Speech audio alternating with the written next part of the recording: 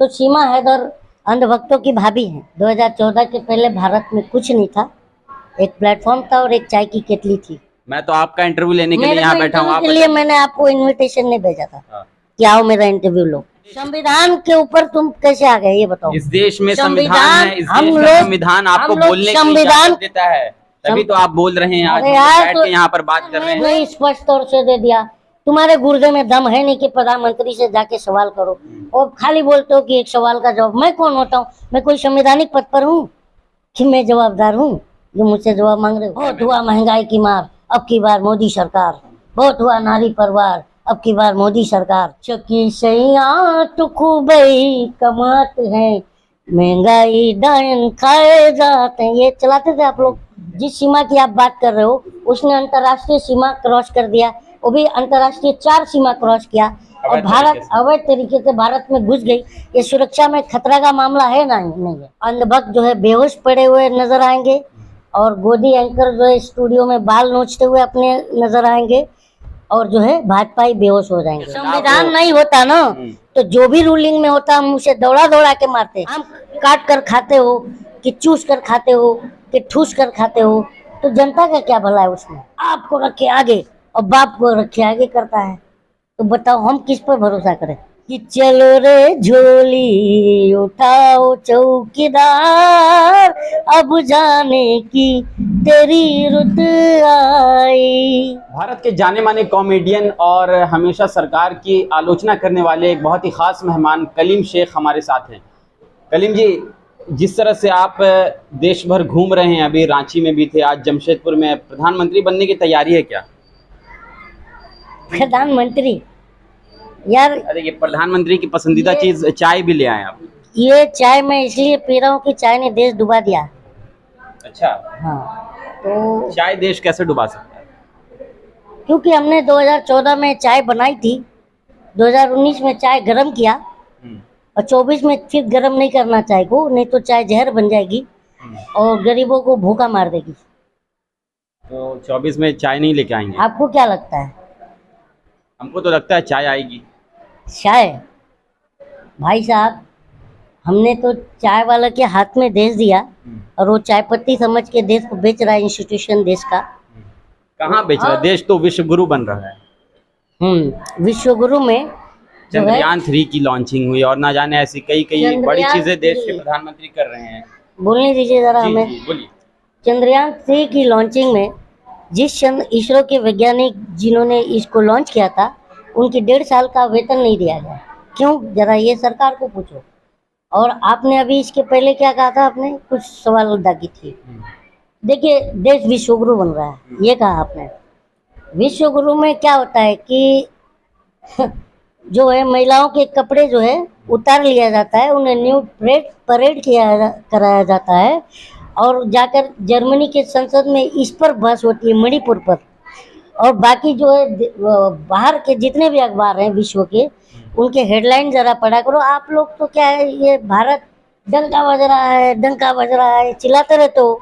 हम नहीं चिल्लाते, हम नहीं चिल्लाते। आप मीडिया वाले ही चिल्लाते हो। हम सोशल मीडिया वाले नहीं। अब हम सोशल मीडिया में कम है क्या? किसी और मीडिया की बात कर रहे हैं। Listen to me sir, social media में कम ही ट्रेड फैला रहा है, ये बताइए। हम प्यार फैलाने वाली मीडिया है। अच्छा, सब तो प्यार ही फैला रहे हैं। आज देखिए, सबका साथ सबका विकास तो हो रहा है ना। हाँ, इसका विकास मणिपुर से स्टार्ट हुआ, मिजोरम तक आया, अब हरियाणा का विकास हो रहा है, गुरुग्राम तक पहुंच गया है। तो वो जो राज साहब कह के गए ना, लगेगी आग तो आएंगे घर, कई जग में, यहाँ पर सिर्फ हमारा मकान थोड़ी है। तो देखिए, वो बात सच हो रहा है। अच्छा, देश के प्रधानमंत्री पर आपको भरोसा नहीं है? आज भारत पूरी दुनिया भर में जाना जा रहा है। चंद्रयान 3 की लॉन्चिंग के साथ साथ ऐसे कई सारे बड़े कारनामे प्रधानमंत्री ने विदेश जाकर किए हैं, जिसको लेकर देश हमेशा से उनकी सराहना करता रहा है। ये बात आपने बिल्कुल सही कही कि भारत की खोज 2014 में हुई। 2014 के पहले भारत में कुछ नहीं था, एक प्लेटफॉर्म था और एक चाय की केतली थी, बस, और कुछ नहीं। और कुछ था ही नहीं। क्या था 2014 के पहले? मतलब 2014 के बाद ही देश है। हाँ, अभी ये हम तो गुलाम थे। ये कंगना रनौत भी कहती है 14 में आज़ाद हुए। अंधभक्त भी कहते हैं कि 14 में भक्तों का अलग ही स्वांग है। अच्छा, इतनी तकलीफ क्यों है प्रधानमंत्री से आप लोगों को? आपको क्यों इतनी खुशी क्यों है? मैं कहाँ खुशी का, मैं कहाँ इजहार कर रहा हूँ? मैं तो बस एक तकलीफ सवाल का कहाँ इजहार कर रहा हूँ? मैं तो बस यार एक हम सवाल जनता कर रहा हूँ है, आपसे। हम जनता है, हमें क्या चाहिए? हर मुद्दे पर आपको देखा जाता sir what I am trying to say, हमें क्या चाहिए? हम जनता को शिक्षा, स्वास्थ्य, रोजगार, महिला सुरक्षा की गारंटी और महंगाई। आज आज ये देश में मार्केट इतना मंदा है, और मंदी को अंधभक्त बुलंदी कह रहे हैं, और हम जनता कह रहे हैं कि प्रधानमंत्री से कि हमें शांति चाहिए, तो वो क्रांति सुन रहे हैं। बताइए तो अगर देश की तरक्की ये के तो लिए आप थोड़ी लोग ही महंगाई होते हैं। बर्दाश्त करनी पड़े तो क्या देश का हर इंसान उसको बर्दाश्त नहीं कर सकता है? तरक्की किस क्षेत्र में हुआ वो बताओ? किस क्षेत्र में नहीं हुआ ये बताइए आप। देश विश्व गुरु बनने की ओर है। किस क्षेत्र में हुआ ये बताइए। मैं इसलिए आप लोगों को टारगेट करता हूँ, क्योंकि आप लोग जो है एकदम, मीडिया तो एकदम क्या होता है, सुपारी किलर हो गया है, जनता का सुपारी ले रहा है। और आप लोग भी 24 में जूतों से दौड़ाए जाने वाले हो, ये हम भी नहीं, आप किसी और मीडिया की शायद अरे बात कर रहे हैं। हम कैसे, हम तो जनता है, हम कैसे डिफाइन करें कि कौन कौन हम तो हमारा हम तो विलन जनता है, का कौन? सवाल करते हैं, जो जनता सब तो जनता का ही सवाल आपको रखे आगे और बाप को रखे आगे करता है, तो बताओ हम किस पर भरोसा करें? अच्छा, हर मामले में प्रधानमंत्री की आलोचना ही करते हैं आप। और ऐसे बोलते हो- ऐसा कोई काम नहीं आप दिखता लोग ही प्रधानमंत्री बोलते का हो- आपको। मैं आप लोग बोलते हो ऐसा- देश का नंबर 1 चैनल, और वर्ल्ड फ्रीडम इंडेक्स में 166वें नंबर पर रैंक करते हो। तुम्हें तो शर्म से डूब के मर जाना चाहिए। लेकिन तुम जो है इतने बेशर्म बने हो कि तुम रोज गाली और जूते खाते हो, और शर्म नहीं आती, स्टूडियो में प्रधानमंत्री को बिठाते हो और पूछते हो आप थकते क्यों नहीं, कौन सा टॉनिक लेते हो? बताइए, इस तरह का सवाल होना चाहिए प्रधानमंत्री से? आम काट कर खाते हो कि चूस कर खाते हो कि ठूस कर खाते हो? तो जनता का क्या भला है उसमें? बताइए। हम जनता को हम जनता को क्या कहा गया है? आम आदमी, कॉमन मैन। और तुम पूछते हो जाकर के वो कनेडियन अक्षय कुमार, उसको पत्रकार बना के भेजते हो, और वो पूछता है प्रधानमंत्री से आप आम काट कर खाते हो कि चूस कर खाते हो कि ठूस कर खाते हो? बताइए, उससे हमारे देश को क्या फायदा होने वाला? बताइए, क्या होने वाला फायदा? और हम जनता को, आम आदमी है, हमको आम की तरह चूस के गुठलियों की तरह फेंक रहे हो। तो हम तो जनता हैं, हम इसीलिए बात कर रहे हैं, क्योंकि डॉक्टर राम मनोहर लोहिया जी कहते थे कि जब सड़कें सुनी हो जाती हैं तो सांसद आवारा हो जाते हैं। तो ये आज सब आवारा हो गए हैं, इसलिए अब हम सड़क पर उतरेंगे और इन सब को न सुताई करेंगे लाइन से। क्या प्रधानमंत्री बनने की तैयारी है? आप भी चुनाव लड़ेंगे? प्रधानमंत्री तो ये गनीमत मनाओ कि मैं प्रधानमंत्री ना बनूं। अगर बन जाएंगे तो क्या कीजिएगा? तुम लोग को बहुत सुताई करूंगा और तुम्हें आजाद करा दूंगा। हम आजाद है। हम तो 1947 में ही आजाद हो गए थे कलीम जी। तो तुम तो 14 में आजाद हुए हो, 14 में ही तो आजाद हो। देश तो 15 अगस्त 1947 को आजाद हुआ। हम या तो इसकी गीत गाते हैं, इसके तो तराने आप- गाते हैं हर साल 15 तो अगस्त। आप मतलब ईमानदार पत्रकार हैं। एकदम बिल्कुल ईमानदार पत्रकारिता हम करते हैं। चलिए, आपकी ईमानदारी को मैं मतलब अच्छा, एक चीज सैल्यूट करता बताइए, हूं। प्रधानमंत्री का ऐसा कोई काम नहीं दिखता जिसकी सराहना कर सकें आप? हाँ, बहुत काम है। नोटबंदी है जिसमें 250 लोग मर जाते हैं, बहुत काम है। अभी प्रधानमंत्री जो है ना, 18-18 घंटा काम करते हैं, थकते नहीं हैं। मालूम है ना, वो जो अभी एक रूबिका लियाकत, वो कहती हैं कि आप कौन सा टॉनिक लेते हो? टॉनिक कब लेता है कोई, बताओ? तो कहने का मतलब है, तुम लोग अगर सही पत्रकारिता करते, हम तो मिडिल क्लास हैं, हम क्यों आते देश में, क्यों घूमते, हम रोड पर क्यों आते? मीडिया अपना काम करता, जनता अपना काम। एक कॉमेडियन को सड़कों पर उतरने की जरूरत आखिर क्या पड़ी? आंदोलन जीवी भी कह रहे हैं लोग। चलो, वो तो बहुत बढ़िया टैग है, आंदोलन जीवी। कम से कम कैमरा जीवी तो नहीं हूँ। ये तो बहुत बढ़िया आपने बात कहा। जब देखो आप जंतर मंतर पहुंच जाते हैं। जंतर मंतर वो ऐतिहासिक जगह है जहाँ पे बड़ी बड़ी सरकारों को उखाड़ के फेंक दिया गया, तो इसीलिए हम गए कि वहाँ पे देखिए। और वहाँ पर इसलिए हम गए थे कि वहाँ पर नारी का जो है अपमान हुआ था, और नारी वहाँ, वो भी नारी कौन सी, एक इंटरनेशनल खिलाड़ी का ये दूरदर्शा, साक्षी मलिक, विनेश फोगाट चिल्ला चिल्ला के कह रही हैं कि ब्रिजभूषण ने मेरा यौन शोषण किया है। अब प्रधानमंत्री एक शब्द नहीं कहे, तो इसलिए हमको जंतर मंतर जाना पड़ा। और जो आप जंतर मंतर की बात कर रहे हैं ना, जंतर मंतर वो एक ऐतिहासिक धरती है, वहाँ पे है ना ऐसे ऐसे सरकारें उखाड़ के फेंकी गई, तो ये चंद 10 साल 9 साल में जो उछल रहे हैं ना, इनको हम पॉपकॉर्न की तरह उछालेंगे 2024 में, ये लिख के ले लेना। क्योंकि जनता से बड़ा कोई कांग्रेस नहीं ज्वाइन होता। कर लिया है क्या और रामधारी सिंह दिनकर जी कहते थे कि सिंहासन खाली करो कि अब जनता आ रही है। तो ये 2024 का चुनाव सत्ता बनाम जनता का है।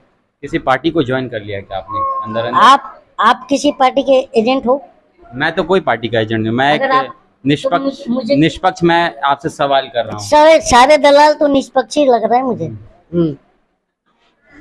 सब कहते हैं मैं केवल और केवल आपसे सवाल ये कर रहा हूँ कि जिस तरह से आप हमेशा सरकार की आलोचना करते हैं, क्या ये आलोचना क्या आप करना- विपक्ष की भूमिका में हैं? सरकार ये के बताइए। विपक्ष में जो पार्टियां हैं उनके साथ हैं आप? एक बात सीधा मैं बता रहा हूँ कि इस देश में वोट दे करके जो भी जनता पोलिंग बूथ से निकलती है, जैसे 80 करोड़ लोग जो वोटर हैं, ये सारे विपक्ष हैं। इनको विपक्ष की भूमिका में आना चाहिए, मेरा ये मानना है। तो विपक्ष हम हैं।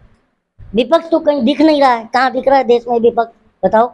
मैं लोकतंत्र की बर्बादी के 3 ही लोग जिम्मेदार हैं। पहला पता है क्या? बिका हुआ कलम, जो आपके ऊपर इशारा, और दूसरा जो है ये बार बार हमें आप टारगेट क्यों कर रहे हैं? क्योंकि मीडिया ने इस देश का आम जनता का सुपारी लिया है। तो मेरा यही कहना है कि इस देश में लोकतंत्र की बर्बादी के 3 लोग जिम्मेदार हैं। एक बिका हुआ कलम, दूसरा जो है मरा हुआ विपक्ष, और तीसरा जो है सोई हुई जनता। ये 3 लोग ही इस देश की बर्बादी के जिम्मेदार। कलीम जी, ये सुन लीजिए, आप अगर इस देश का संविधान नहीं होता तो आज भी लोग किसी की आलोचना करते हुए नहीं रहते। आप जिस तरह से सरकार के खिलाफ संविधान नहीं होता ना, तो जो भी रूलिंग में होता हम उसे दौड़ा दौड़ा के मारते। क्योंकि संविधान के वजह से ही हमारे पूर्वजों ने शहादत दिया और संविधान लेकर आया, और तुम संविधान पर उंगली उठाते हो। ये बताओ, ये संविधान ना होता तो दौड़ा दौड़ा के मारते, क्योंकि फिर हम संविधान लाते। ये तो बोलने की इजाजत है ना इस देश संविधान के ऊपर तुम कैसे आ गए ये बताओ? इस देश में संविधान है, इस देश का संविधान आपको बोलने की इजाजत देता है, तभी तो आप बोल रहे हैं। आज बैठ के यहाँ पर बात कर रहे हैं। बोल रहा हूँ इसीलिए तो हम, क्योंकि मेरे बाप दादाओं ने इसीलिए अंग्रेजों की सुताई करी थी कि हम लोग बोले, इसीलिए संविधान लाए थे। संविधान से ही हमारा देश चलता है, और हम लोग संविधान के मानने वाले लोग हैं, संविधान प्रेमी हैं। आर्टिकल 19 पता है क्या है? क्या है? Freedom of expression. आर्टिकल 14 क्या कहता है? बताइए आप। अब मैं क्यों बताऊं? मैं तो आपसे सवाल करने के लिए बैठा हूँ, आप जवाब देंगे ना। तुम्हें ये राइट्स किसने दिया कि सिर्फ सवाल करोगे और जनता के जवाब से भागोगे? मैं कहाँ भाग रहा हूँ? हूँ? सवाल सरकार से करना, हम सरकार से भी सवाल कर रहे हैं, आपसे भी सवाल कर रहे हैं, आप बताइए। हमें क्यों बताऊं? मैं तो आपका इंटरव्यू लेने के लिए यहाँ बैठा हूँ। के लिए मैंने आपको इनविटेशन नहीं भेजा था कि आओ मेरा इंटरव्यू लो। आर्टिकल 14 कहता है कि इस देश में सबको समानता का अधिकार है। तो ये बताओ, जब समानता का अधिकार है हमें, और तुम सरकार में रूलिंग में आते हो और भेदभाव पैदा करोगे, तो हम तुमसे सवाल नहीं करेंगे? आर्टिकल 19 कहता है कि तुम जिसको वोट देते हो उसको कॉलर पकड़ के उसका हिसाब लो, तो हम कॉलर नहीं पकड़ेंगे। तो इसलिए मैं बोलता हूँ तुम लोग स्टडी करो। 1949 में लोहिया जी की एक महिला मित्र ने जो है प्रधानमंत्री नेहरू का कॉलर पकड़ा था। पता है ये? जब नेहरू की महिला मित्र ने जब प्रधानमंत्री, उस समय के तत्कालीन प्रधानमंत्री पंडित नेहरू का कॉलर पकड़ा था, और उसने सवाल किया, इस देश को आजाद करा दिया, और इस देश को आजाद कराने के बाद हम जनता को क्या मिला? तो नेहरू ने 2 टूक कहा था कि इस देश को आजाद करा करके तुमको वो अधिकार दे दिया कि तुम आज एक प्राइम मिनिस्टर का कॉलर पकड़ के खड़ी हो। ये हमें अधिकार है जनता को। तो प्राइम मिनिस्टर हमारा मालिक कब से हो गया? ये तुम डरा रहे हो ना हमें, जनता को। इसलिए हम तुम्हें तुम जो डरा रहे हो, इसलिए हम जनता अब जागरूक हो रहे हैं। हम नहीं डरा रहे हैं। कौन डरा? एक सवाल मीडिया ही डरा रहा है यार। हाँ। तुम मीडिया हो कि नहीं हो? बिल्कुल मैं मीडिया हूँ। मीडिया तो मीडिया आजकल देखिए 2 गुट में बढ़ गया है कलीम जी, 2 गुट में बढ़ गया है। एक निष्पक्ष पत्रकारिता करते हैं और एक सरकार की चाटुकारिता करते हैं। तो सरकार की जो चाटुकारिता करते हैं आप उसकी बात कर रहे हैं। कौन चाटुकारिता करता है? हम जनता कैसे डिफाइन करें? एक हमाम में सभी नंगे हैं। हम कैसे डिफाइन करें, बताओ बताओ।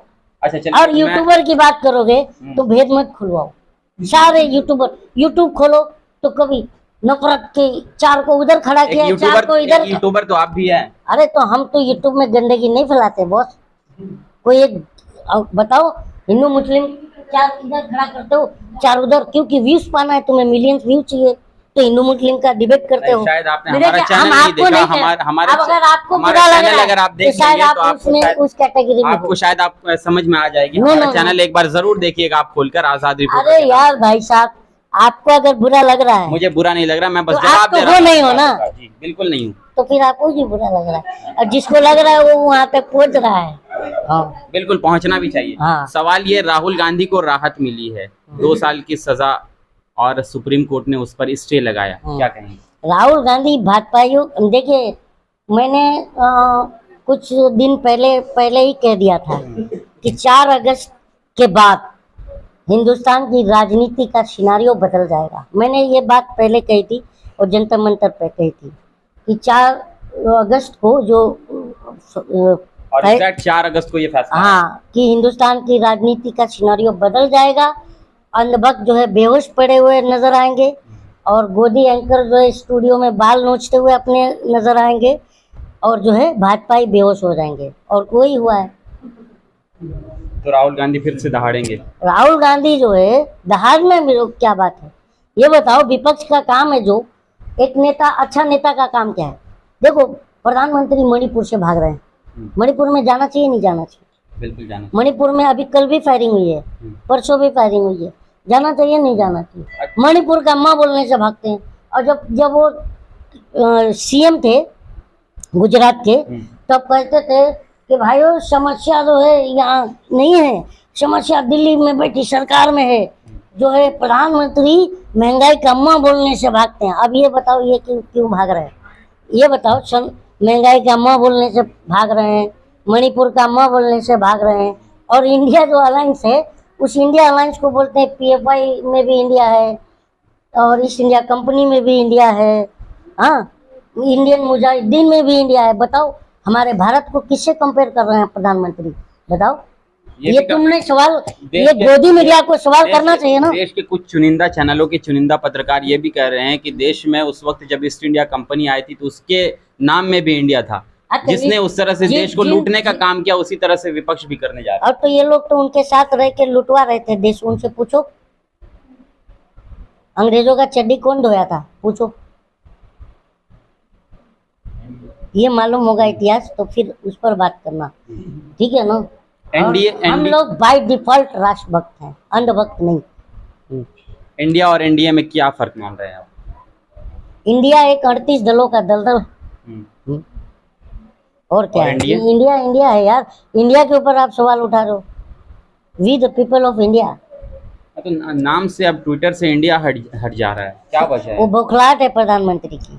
उनको पता है कि फिर से हमें केतली हाथ में आने वाली है, और फिर चाय बेचेंगे प्रधानमंत्री, या तो कटोरा लेके भीख मांगेंगे जो 35 साल मांगे थे। हाँ, 2 में से एक करेंगे। मणिपुर पर और हम ही कराएंगे जनता।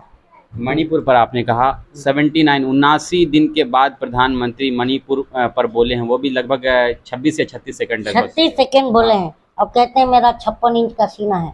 और 56 इंच का सीना वाला प्रधानमंत्री 36 सेकंड बोलता है, तो बताओ शर्म आनी चाहिए नहीं तुम्हें? कलीम जी, अंधभक्तों को। कलीम जी, कई लोग तो ये भी कह रहे हैं कि हरियाणा में जो हिंसा हुई है, मणिपुर का जो हाल है, वो सरकार को नीचा दिखाने के लिए है, जो 2024 का चुनाव आने वाला है उसके लिए एक प्रोपेगेंडा है। प्रोपेगेंडा नहीं है ये। देखिए, ये हिंसा होना ही नहीं चाहिए। जहाँ जहाँ डबल इंजन की सरकार है, वहाँ पर एक इंजन इधर से आ रहा है, एक इंजन इधर से आ रहा है, बीच में हम जनता खड़े हैं, हमें दबा दे रहा है। देखिए, डबल इंजन की सरकार मणिपुर में है नहीं है। डबल इंजन की सरकार उत्तर प्रदेश में भी है, तो हाथरस होता है, उन्नाव होता है, चिन्यानंद मालिश करवाता है, हाँ, तो वहाँ डबल इंजन की सरकार। मणिपुर में सरकार है जहाँ पर कपड़े नोच करके न्यूज परेड कर हो जाते हैं माँ बहनों की। यार बताओ, मणिपुर हमारे देश का अभिन्न अंग है या नहीं है? एकदम। वहाँ के रहने वाले जो लोग हैं वो हमारे भाई बहन है कि नहीं है? उन पर अत्याचार, मतलब देश पर अत्याचार, हमारे देश के भाई बहनों पर अत्याचार है या नहीं है? बताइए। बिल्कुल। तो फिर किस तरह से ये मीडिया प्रधानमंत्री को डिफेंड करता है। इनको तो चुल्लू भर पानी में डूब के मर जाना चाहिए। ये लोग बताओ, स्टूडियो में बैठ करके नोट में चिप की कहानी कौन बनाता है? और जब पटना में इनको जूतों लेके पकड़ लिया जाता है कि बताओ नोट में चिप कहाँ है, तो मैं आप पे केस कर दूंगी, ऐसा बोला जाता है। बोला जाता है नहीं बोला जाता है? तो नोट में चिप हम जनता ने ढूंढा था क्या? बताओ, कौन ढूंढा था नोट में चिप? देश में एक और घटना घटी है अभी, आरपीएफ के एक जवान ने हाँ, ये भी बात तीन है। निहत्थे मुसलमानों को गोलियों से छलनी कर दिया। एक एएसआई का जवान भी था उसमें। क्या इस तरह की घटना देश में अपने आप को, हिंसा को बढ़ावा नहीं देती? दे रहा है, इसीलिए तो कह रहा हूँ कि ये लोग अब जाएंगे, अच्छे दिन आएंगे, इनका जाना तय है। जिनका योगी मोदी जिनका भी नाम लिए उन्होंने, इनकी सरकार गई। क्योंकि अब हम जनता समझ रहे हैं, क्योंकि हमें जो है, जो हम बचपन में पढ़ते थे, हमारा प्यारा भारतवर्ष जगत से न्यारा भारतवर्ष, तो पूरे जगत में सबसे न्यारा भारतवर्ष मेरा है। सबसे प्यारा संविधान मेरा है, सबसे प्यारा लोकतंत्र मेरा है। तो हम इसकी खूबसूरती बिगड़ने नहीं देंगे हम जनता। 24 में आप देखिएगा एक मैराथन होगा, जो ममता बनर्जी ने बंगाल के इलेक्शन में एक नारा दिया था, खेला होबे। और 2024 में जो है भाजपाइयों का खदेड़ा होबे, निश्चित तौर पर हो निश्चित जाएगा। तौर पर। देश में एक और मुद्दा काफी अभी सुर्खियों में है, सीमा हैदर, माफ कीजिएगा, सीमा रामदास हैदर और अठौले अंजू। उसको चुनाव लड़वा रहा है, बताइए। हाँ, तो सीमा हैदर अंधभक्तों की भाभी हैं। लोकसभा का चुनाव लड़वाने जा रहे हैं। ये भी हाँ, बात सामने आई है। आई वही कह रहा हूँ। तो और बताइए, महिला विंग का अध्यक्ष भी बनाने की बात चल रही है। अरे वो प्रेसिडेंट भी बना देंगे अच्छा। अंधभक्त, क्योंकि वो राष्ट्रीय भाभी तो घोषित कर दिए हैं अंधभक्तों की। राष्ट्रीय भाभी हो गई। हाँ, राष्ट्रीय भाभी हो गई हैं अंधभक्तों की, हमारी नहीं भाई, हाँ। अंधभक्तों की। एक बेटी भारत से भी पाकिस्तान गई है, अंजू। उसको लेकर क्या मानना है? उसको लेकर हम क्या माने? अभी अंधभक्त बोल रहे थे, अभी गदर 2 मूवी आ रही थी, तो अंधभक्त बोल रहे थे शनि देओल फिर से आ रहा है।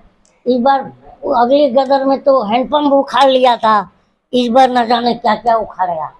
और वो शनि देओल ने ही बयान दिया कि जो है ये मोहब्बत फैलाना चाहिए, इधर की लड़की उधर जा रही है, उधर की इधर आ रही है, इसमें दिक्कत क्या है? शनि देओल कह रहा है।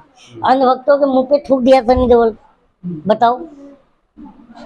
तो कहने का मतलब है, हमें ना सीमा क्या है यार? एक बात बताइए, जिस सीमा की आप बात कर रहे हो उसने अंतर्राष्ट्रीय सीमा क्रॉस कर दिया, वो भी अंतर्राष्ट्रीय 4 सीमा क्रॉस किया, और भारत अवैध तरीके से भारत में घुस गई। ये सुरक्षा में खतरा का मामला है ना? नहीं है कि नहीं है? बिल्कुल है। तो आप भी अपने चैनल के माध्यम से अंधभक्तों को जगाइए कि ये खतरा का मामला है भारत की सुरक्षा का, कि नेपाल के जरिए कोई भी आ सकता है, नहीं आ सकता।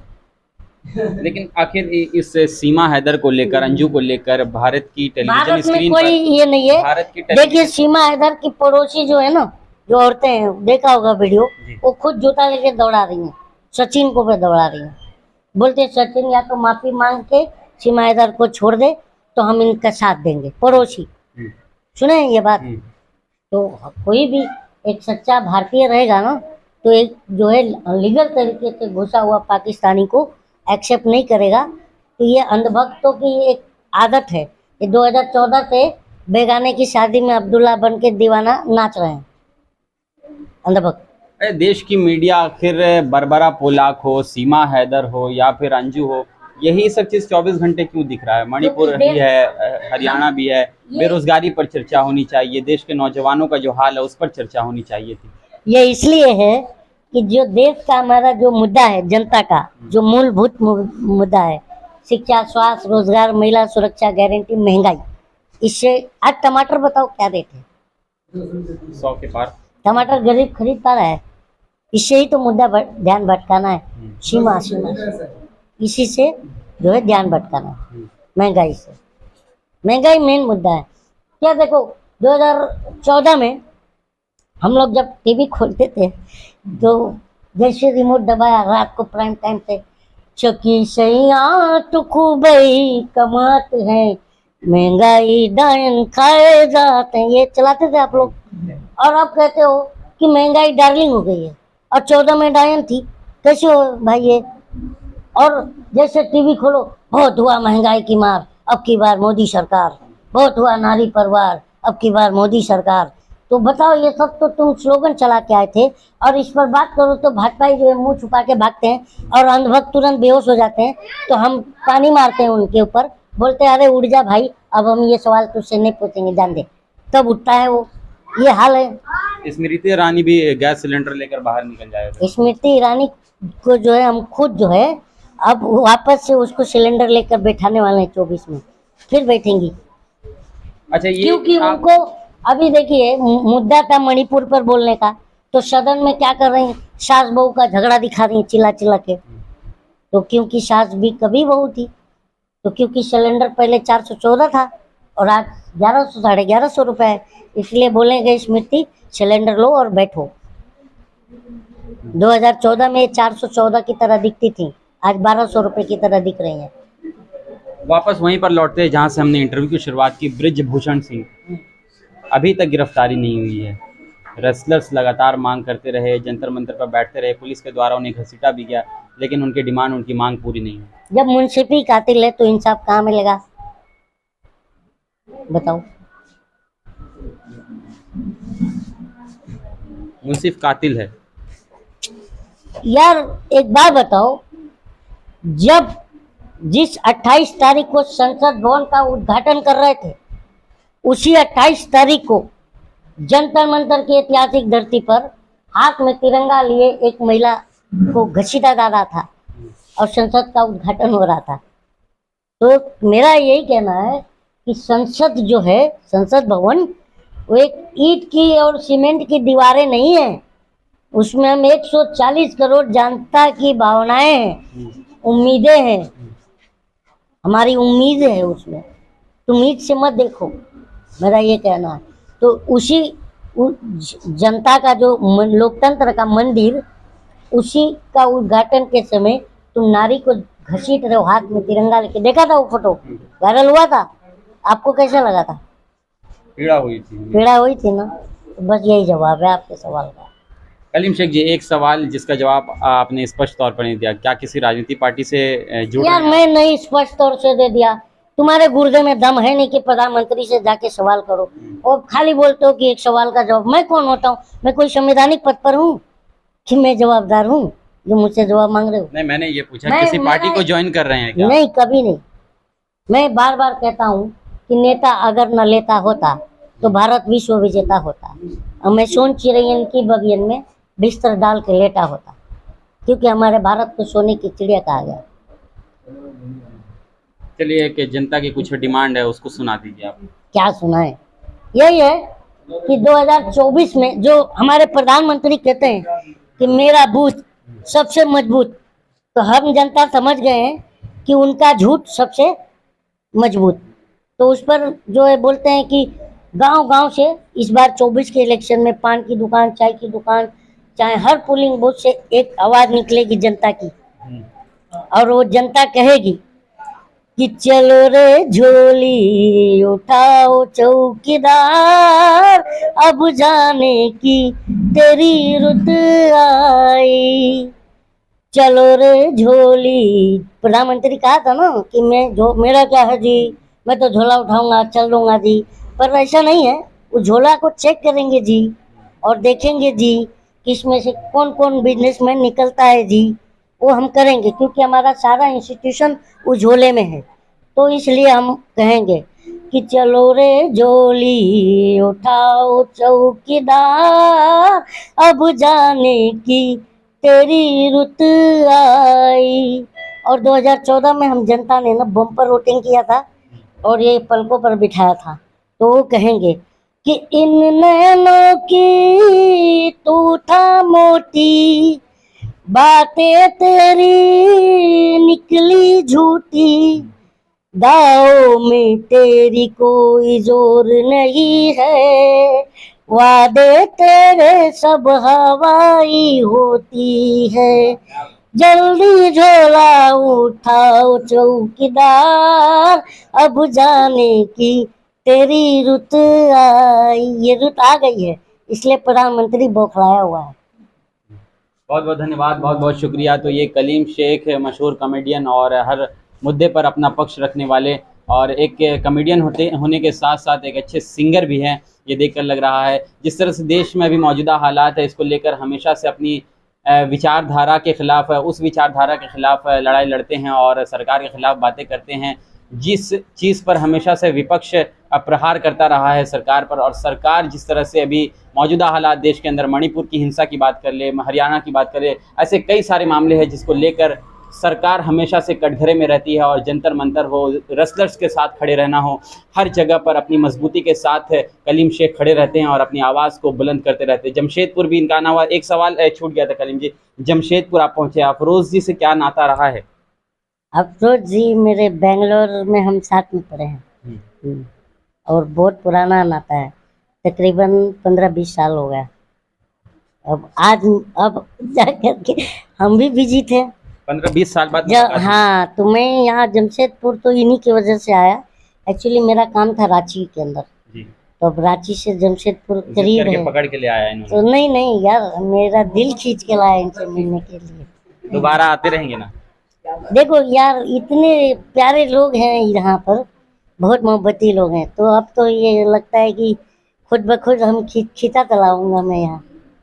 चलिए दोबारा आते रहिए, हमें भी आपका इंतजार रहेगा, जरूर, आपसे जरूर। कुछ बातें भी होती रहेंगी। जरूर। चलिए, तो हमें दीजिए इजाज़त, मिलेंगे हम आपसे किसी और लाइव टॉपिक और लाइव मुद्दों के साथ, किसी और इंटरेस्टिंग वीडियो के साथ, किसी और शख्सियत के साथ। सब तक के लिए आप देखते रहें आज़ाद रिपोर्टर जमशेदपुर।